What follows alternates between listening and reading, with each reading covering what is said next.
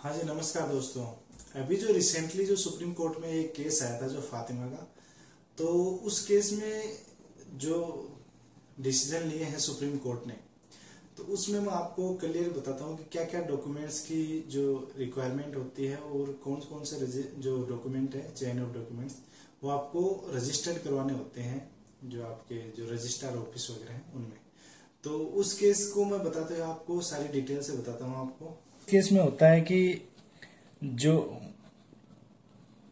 एक कोई ओनर है वो बी को सेल करता है अपनी प्रॉपर्टी। तो जो ए के पास जो ओनर है वो बी को सेल करता है, तो जो बायर होता है वो बी होता है इसके अंदर। और पहले जो ए के पास जो प्लॉट था, ए ने बी को सेल किया और बी ने सी को सेल किया। ठीक है, तो ए ने बी को जब सेल किया तो इसने जो सेल ऑफ डीड है उसको अनरजिस्टर्ड रखा, इसने रजिस्टर्ड नहीं करवाया इसने, ए ने जब बी को सेल किया तब। बट इन केस में क्या होता है, जैसे जो स्टाम्प ड्यूटी होती है उनको बचाने के चक्कर में, या फिर बी ने सी को सेल किया, तो जो इसमें लास्ट टाइम में जो बी बायर था, तो बी जब बायर जो सी बायर होता है जब, तो सी बायर हुआ, इसमें बी से प्रॉपर्टी ली, तो इसने जो डीड है उसको रजिस्टर्ड करवाया। तो सुप्रीम कोर्ट जैसे ही वो केस जाता है सुप्रीम कोर्ट में, तो सुप्रीम कोर्ट में केस लड़ने के लिए चले गए कि भाई जो प्रॉपर्टी आपके पास है वो आपकी प्रॉपर्टी नहीं है, चाहे आपने इनको पेमेंट कर दिया हो। जैसे मान लो 1 करोड़ की प्रॉपर्टी थी, इन्होंने ए बेचना चाह रहा था, 1 करोड़ में इसने ले ली, इसने पहले कम की प्रॉपर्टी होगी इसकी, तो 1 CR की प्रॉपर्टी इसने, भाई मैं 1 CR की प्रॉपर्टी बेचना चाहता हूँ, ए ने कहा। बी ने बोला कि मैं भाई 1 CR की प्रॉपर्टी खरीदना चाहता हूँ, तो बी ने खरीद ली। फिर जैसे 1.5 करोड़ की 1.5 CR की सी बोला कि मैं खरीदना चाहता हूँ, और बी इसको बेच दिया, तो इसने बीच में 50 लाख का प्रॉफिट हो गया इस तरीके से। तो इसमें जो प्रॉब्लम कहाँ पे आई, जो सेल ऑफ जो डीड थी इसने रजिस्टर नहीं करवा रखी थी, इनके पास ओनली थी रजिस्ट्री, जो रजिस्ट्री होती है वही थी इनके पास, तो वही घूम रही थी। पहले ए ने बी को दे दी, बी ने सी को दे दी। अब जो ओरिजिनल जो प्रॉपर्टी थी वो नाम थी ए के, तो ए के बाद में न तो बी ने रजिस्टर करवाया न सी ने कराया उसके बाद में।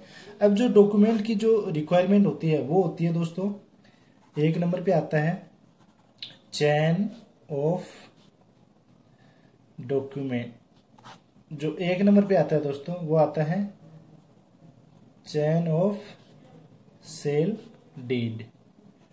तो चैन ऑफ सेल डीड में क्या आता है, जैसे जो प्रीवियस ओनर था उससे लेके टिल आज तक जो ओनर बनेगा उस तक की जो चेन है डॉक्यूमेंट्स की सेल की, वो इसमें रजिस्टर्ड होनी चाहिए। 1 नंबर पॉइंट ये हो गया ना। और 2 नंबर पे जो पॉइंट आता है वो आता है म्यूटेशन सर्टिफिकेट। तो 2 नंबर म्यूटेशन सर्टिफिकेट हो गया 2 नंबर पे। तो म्यूटेशन सर्टिफिकेट क्या होता है, जैसे इसमें होता है जैसे एग्रीमेंट साइन,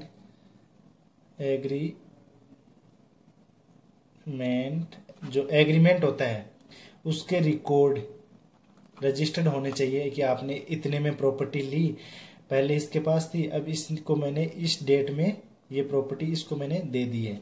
तो ये हो गए चेन ऑफ डॉक्यूमेंट सारे जो एग्रीमेंट में लगते हैं, इसमें स्टाम्प ड्यूटी वगैरह सारी चीज इसमें आती है।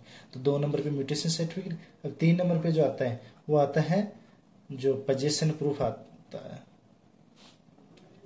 मतलब पोजेशन प्रूफ कि भाई मैंने इस डेट को इन्होंने जो पार्टी है ए पार्टी ने मेरे को पोजीशन दिया कि आप इसमें आप शिफ्ट हो सकते हो या फिर आप इसमें कंस्ट्रक्शन करा सकते हो जो भी चीज। तो इसमें जैसे टैक्स रिसिप्ट आ गई, इसमें बिल्स आ गए, सारे जितने भी होते हैं जो पे किए हैं आपने, तो इसमें पोजीशन आता है। इसमें पोजीशन दिया होता है कि इस डेट से आप इसके बाद में सारे कंस्ट्रक्शन वगैरह या फिर कुछ भी कर सकते हो। तो ये आ गई 4 नंबर पे आता है वो आता है NOC, नॉन ऑब्जेक्शन सर्टिफिकेट। तो नॉन ऑब्जेक्शन सर्टिफिकेट में कहता है कि किसी के साथ डिस्प्यूट न हो, मतलब नो डिस्प्यूट। और इसमें जैसे किसी के जो कोर्ट में केस चल रहे हो तो इससे क्लियरिटी मिलती है अपने को, ट्रांसपेरेंसी मिलती है एनओसी से। या तो अगर बैंक से लोन ले रखा है तो बैंक अपने को एनओसी देगा, अदरवाइज लोन ने जो लोन नहीं ले रखा है तो अपने जो रजिस्टर्ड ऑफिस वगैरह है वहां से अपना एनओसी चेक करवा सकते हैं। तो ये अपने जो टोटल है 4 डॉक्यूमेंट्स चाहिए अपने को। पहला नंबर आता है वो चेन ऑफ सेल डीड का, 2 नंबर पे जो म्यूटेशन सर्टिफिकेट होता है, 3 नंबर पे आता है पोजीशन प्रूफ और 4 नंबर पे एनओसी होती है। तो ये 4 चेन ऑफ डॉक्यूमेंट्स है, इनको आप रजिस्टर्ड करवाना होता है आपको। तो ये सारी चीज आपको क्लियर ही होगी आराम से। तो आप जब भी प्रॉपर्टी बाई करो तो आप ध्यान रखो कि अपने जो सारे डॉक्यूमेंट है वो क्लियर है। जो जो प्रॉपर्टी होती है उसका टाइटल क्लियर होना चाहिए हमेशा। जो क्लियर टाइटल की प्रॉपर्टी लोगे तो आपके लिए भी फायदा होगा और आपके फ्यूचर में भी कभी आपको प्रॉब्लम से सामना नहीं करना पड़ेगा। तो थैंक यू। तो आपने ये सारी इन्फॉर्मेशन देखी होगी और अच्छी लगी हो तो वीडियो को शेयर करना। और अगर आप जयपुर में प्रॉपर्टी लेना चाहो अगर मेरे से, तो आप दिए गए नंबर पे आप जो मेरे प्रोजेक्ट चल रहे हैं उनकी आप डिटेल ले सकते हो मेरे नंबर से। और अपन जो काम करते हैं वो एकदम टाइटल क्लियर प्रॉपर्टी का ही काम करते हैं। तो अपन कोई भी ऐसा डिस्प्यूट की प्रॉपर्टी में अपन बाई सेल वगैरह ऐसी चीज नहीं करते। तो थैंक यू वीडियो को देखने के लिए और अपने दोस्तों को शेयर कीजिए। Thank you.